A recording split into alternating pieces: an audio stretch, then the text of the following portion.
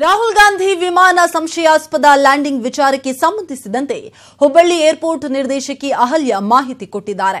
Landing ವೇಳೆ ತೊಂದರೆ ಆಗಿಲ್ಲ, ಸುರಕ್ಷಿತವಾಗಿ ಲ್ಯಾಂಡ್ ಆಗಿದೆ.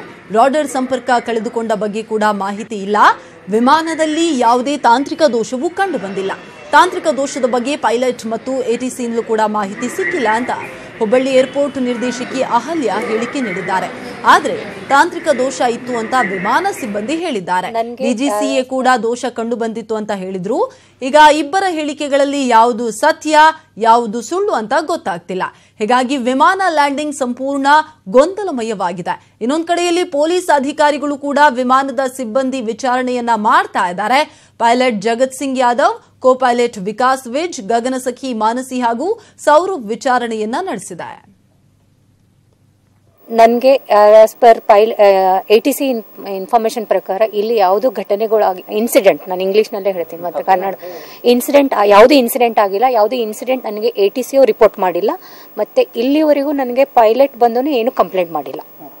This much only I got the information. ನನಗೆ ಇಷ್ಟೇ ಗೊತ್ತಿರೋದು.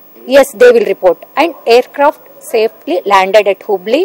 2 ಹೆಲಿಕಾಪ್ಟರ್ಗಳು ಇಲ್ಲಿಂದ ಟೇಕ್ ಆಫ್ ಆಗಿ ಅಂಕೋಲಾದಲ್ಲಿ ಸೇಫ್ ಆಗಿ ಲ್ಯಾಂಡ್ ಆಗಿದೆ. ಇಷ್ಟೇ ನಾನು.